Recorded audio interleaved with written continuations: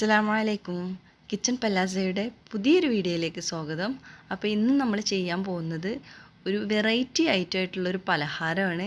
ചിക്കൻ്റെയും ഫിഷിൻ്റെയും ഒരു കോമ്പിനേഷൻ വരുന്ന ഒരു ഐറ്റമാണ്. അപ്പോൾ ഞാൻ കൂടുതൽ പറയുന്നില്ല, നമുക്ക് വീഡിയോയിലേക്ക് കിടക്കാം അല്ലേ.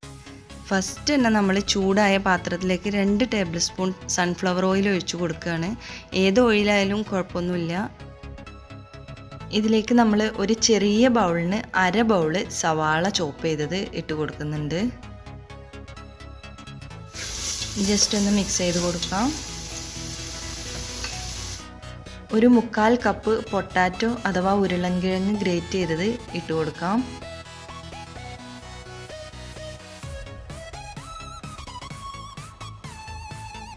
പിന്നെ ഒരു അര കപ്പ് ക്യാരറ്റ് ഗ്രേറ്റ് ചെയ്തതും കൂടി ഇട്ട് കൊടുക്കുന്നുണ്ട്. ഈ ഐറ്റംസിനെല്ലാം ഒരേ വേവ് തന്നെയാണ്, അതുകൊണ്ടാണ് നമ്മൾ ഒന്ന് വാടാൻ നിൽക്കാതെ എല്ലാം ഒരുമിച്ചിട്ട് കൊടുക്കുന്നത്. ഇനി ഇതിലേക്ക് നമുക്ക് 1 ടേബിൾ സ്പൂൺ ഇഞ്ചി ചെറുതായി അരിഞ്ഞതും അതുപോലെ തന്നെ 2 പച്ചമുളക് ചെറുതായി അരിഞ്ഞതും ഇട്ട് കൊടുക്കാം. ഇനി എല്ലാം കൂടെ ജസ്റ്റ് ഒന്ന് മിക്സ് ചെയ്യാം. ഇനി ഇതിലേക്ക് ആവശ്യത്തിനുള്ള ഉപ്പിട്ട് കൊടുക്കുക. ഇനി നമ്മളിതൊരു 2-3 മിനിറ്റ് അടച്ചു വെച്ച് വേവിക്കുകയാണ്. അപ്പോൾ ഇത് വേവാൻ ആവശ്യമായ ഒരു 2 ടേബിൾ സ്പൂൺ വെള്ളം നമുക്കിതിലേക്ക് ഒഴിച്ചു കൊടുക്കാം. കൂടുതലൊന്നും വേണ്ട, വെറും 2 ടേബിൾ സ്പൂൺ മാത്രം മതി. അതൊന്ന് അടിയിൽ പിടിക്കാതിരിക്കാൻ വേണ്ടി മാത്രമേ ഉള്ളൂ. ഇനി ഇതൊന്ന് അടച്ചു വെക്കാം. നമുക്ക് എല്ലാം ഒരു 2-3 മിനിറ്റ് കിടന്ന് വേവട്ടെ. ഇപ്പോൾ ഇത് 3 മിനിറ്റ് കഴിഞ്ഞിട്ടുണ്ട്. എല്ലാം നന്നായി വെന്ത് വന്നിട്ടുണ്ട്. ഇനിയിപ്പോൾ ഇതിലേക്ക് നമ്മൾ 1 ടീസ്പൂൺ മഞ്ഞൾപ്പൊടി അതുപോലെ തന്നെ അര ടീസ്പൂൺ ഗരം മസാലപ്പൊടി എന്നിവ ഇട്ട് കൊടുക്കുകയാണ്. ഇനി എല്ലാം കൂടെ നന്നായിട്ടൊന്ന് മിക്സ് ചെയ്തിട്ടെടുക്കാം. ഇനിയിപ്പോൾ നമ്മളിതിലേക്ക് 1 കപ്പ് ബോൺലെസ് ചിക്കന് ഉപ്പ് മാത്രം ഇട്ട് വേവിച്ച് പീസാക്കിയതാണിത്. ഇതിട്ട് കൊടുക്കാം.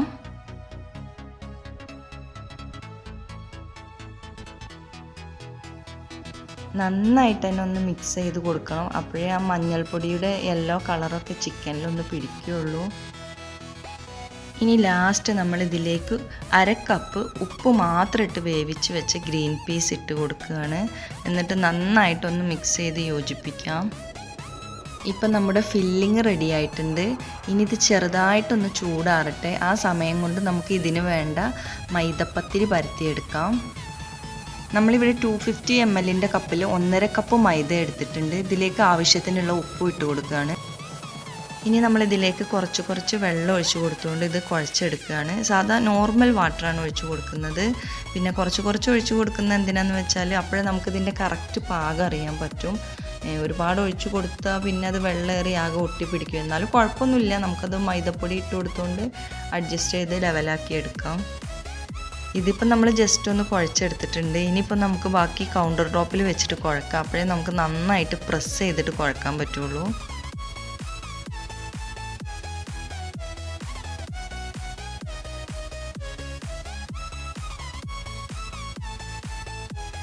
ഇപ്പോൾ നമ്മൾ നല്ല സോഫ്റ്റായിട്ട് കുഴച്ചെടുത്തിട്ടുണ്ട്. ഇനി നമുക്കിതിൽ നിന്ന് ബോൾ പിടിക്കാം.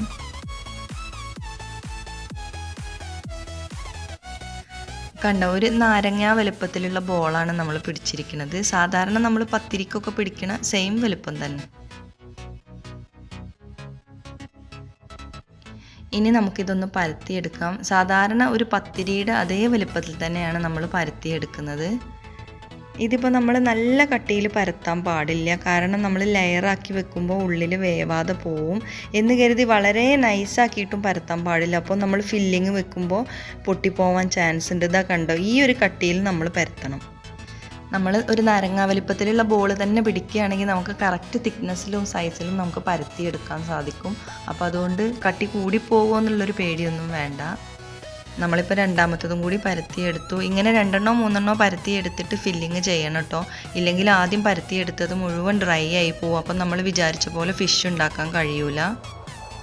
ഇനി നമുക്കിതിൻ്റെ സെൻട്രലായിട്ട് ഫില്ലിങ് ഇട്ട് കൊടുക്കാം. നമ്മളൊരു ഏകദേശം ഒരു 1.5 സ്പൂണോളം ഇട്ട് കൊടുക്കുന്നുണ്ട്. ഇനി നമ്മളിതിൻ്റെ 2 സൈഡും കോണാക്കി എടുത്തിട്ട് ഏകദേശം ഒരു ഫിഷിൻ്റെ ഒക്കെ പോലെ, ഒരു ഡയമണ്ട് ഷേപ്പ് പോലെ എന്നൊക്കെ പറയാം, അതുപോലെ ആക്കിയെടുക്കണം. ഇതുപോലെ സാധാരണ ഞാനിതാ ഇങ്ങനെയാണ് വരയിടൽ. പക്ഷേ ഞാൻ അങ്ങനെ കാണിച്ചു തന്നാൽ നിങ്ങൾക്ക് കൺഫ്യൂഷനാവും. അതുകൊണ്ട് ഞാനൊരു ഈസി വേ കാണിച്ചു തരാം. ഇതിൻ്റെ ഈ കോൺ വരുന്ന ഈ ഭാഗത്ത് ഇതുപോലെ കോണായിട്ട് തന്നെ ലൈൻ ഇട്ട് കൊടുക്കുക, മുകൾ ഭാഗത്തും താഴ്ഭാഗത്തും. ഇത് കണ്ടോ, ഇതുപോലെ. എന്നിട്ട് 2 സൈഡ് ഭാഗത്തും ഇങ്ങനെ ഇങ്ങോട്ടും, ഇനി ആ സൈഡിൽ അവിടുന്ന് അങ്ങോട്ടും ഒരു ലൈൻ ഇട്ട് കൊടുക്കുക. ഇനി ഗ്യാപ്പ് വരുന്ന ഭാഗത്ത് നമ്മൾ 2 ലൈൻ ഇട്ട് കൊടുക്കുകയാണ്. അപ്പോൾ നമുക്ക് 3 ഭാഗങ്ങൾ കിട്ടും. ഇത് മുകൾ ഭാഗത്തും അതേപോലെ തന്നെ നമ്മൾ 2 ലൈൻ ഇട്ട് കൊടുക്കുകയാണ്. അപ്പോൾ നമുക്കിതാ 1 2 3, ഈ അടിയിലും കണ്ടോ 1 2 3. അതുപോലെ തന്നെ നമ്മൾ മറ്റേ സൈഡിലും 2 ലൈൻ ഇട്ട് കൊടുക്കും. അപ്പോൾ അവിടെയും 3 പോർഷനായിട്ട് കിട്ടും. ഈക്വൽ പോർഷനായിട്ട് തന്നെ കട്ട് ചെയ്യാൻ മാക്സിമം ശ്രദ്ധിക്കണം. മുകൾ ഭാഗത്തും താഴ്ഭാഗത്തും നമ്മൾ ഒന്നും ചെയ്യരുത്, അതുപോലെ തന്നെ നിൽക്കട്ടെ. ഇനി മുകൾ ഭാഗം അടിയിലേക്ക് ഇങ്ങനെ മടക്കി വെച്ചിട്ട് നമ്മുടെ ചൂണ്ടുവിരൽ വെച്ചിട്ട് ജസ്റ്റ് ഒന്ന് ഇതുപോലെ പ്രസ് ചെയ്ത് കൊടുക്കുക.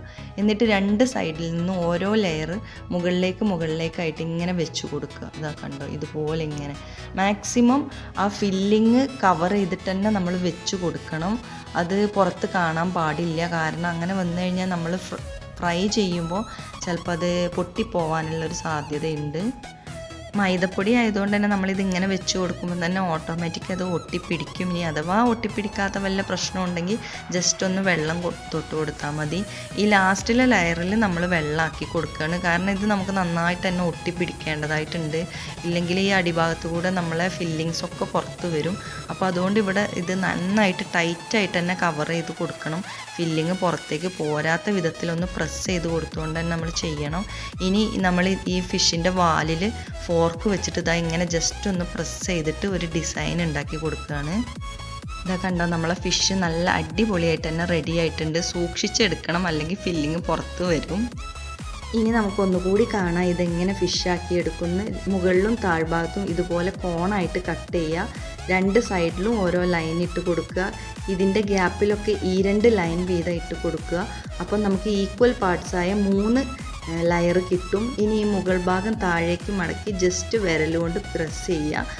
ഓരോ ലെയറും ഒന്നിന് മുകളിൽ മറ്റൊന്നായിട്ട് ഇങ്ങനെ വെച്ച് കൊടുക്കുക.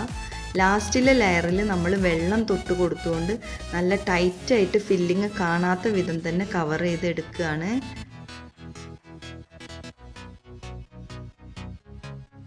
ഇനി വാലിൽ ഫോർക്ക് വെച്ചിട്ട് 2 സൈഡിലേക്ക് ഒന്ന് പ്രസ് ചെയ്ത് കൊടുക്കുക. ഇപ്പം നമ്മളെല്ലാ ഫിഷും റെഡിയാക്കി എടുത്തിട്ടുണ്ട്. ഇനി നമ്മൾ ഗ്രാമ്പു വെച്ചിട്ട് ഈ ഫിഷിനൊക്കെ കണ്ണ് വെച്ച് കൊടുക്കുകയാണ്. എല്ലാത്തിലും നമുക്കിങ്ങനെ കുത്തി കൊടുക്കാം. എന്തൊരു ഭംഗിയുണ്ടല്ലേ നമ്മുടെ ഫിഷ് കാണാൻ. എല്ലാത്തിനും നമ്മൾ കണ്ണുണ്ടാക്കി കൊടുത്തു. ഇനി നമുക്കിത് ഫ്രൈ ചെയ്തെടുക്കാം. ചൂടായ എണ്ണയിലേക്ക് ഇനി നമുക്ക് ഫിഷ് വെച്ച് കൊടുക്കാം. നല്ല ശ്രദ്ധിച്ചിട്ട് തന്നെ വെക്കണം. അതുപോലെ തന്നെ നമ്മൾ ഇതുപോലൊരു ഫ്രൈങ് പാനോ അല്ലെങ്കിൽ ഒരു പരന്ന ചട്ടിയോ ആണ് എടുക്കേണ്ടത്. അല്ലാണ്ട് നമ്മുടെ ചീനച്ചട്ടി ഒന്നും എടുക്കരുത്. കുഴിയുള്ള ചട്ടിയാവുമ്പോൾ നമ്മളെ ഫിഷ് ഒടിഞ്ഞു പോകും. നല്ല കറക്റ്റായിട്ട് ഇതുപോലെ നേരെ തന്നെ നമുക്ക് കിട്ടൂല. സിമ്മിലിട്ടിട്ട് തന്നെ വേണം നമ്മളിത് വേവിച്ചെടുക്കാൻ. അപ്പോഴേ നമുക്ക് കറക്റ്റായിട്ട് വെന്ത് കിട്ടുള്ളൂ. ഇപ്പോൾ ഒരു സൈഡ് ആയിട്ടുണ്ട്. ഇനി നമുക്കൊന്ന് മറിച്ചിട്ട് കൊടുക്കാം.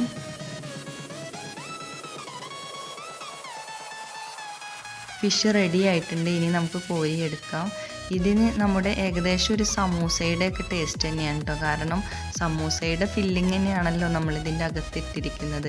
ഇതിൻ്റെ ഷേപ്പ് ഒന്ന് മാറിയിട്ടുണ്ടെന്നേ ഉള്ളൂ. അപ്പോൾ അതുകൊണ്ട് ഏകദേശം ഒരു സമൂസയുടെ അതേ ടേസ്റ്റ് തന്നെയാണ് ഇതിന്. ഇതുപോലെ തന്നെ ബാക്കിയുള്ളത് കൂടി നമുക്ക് ഫ്രൈ ചെയ്തെടുക്കാം.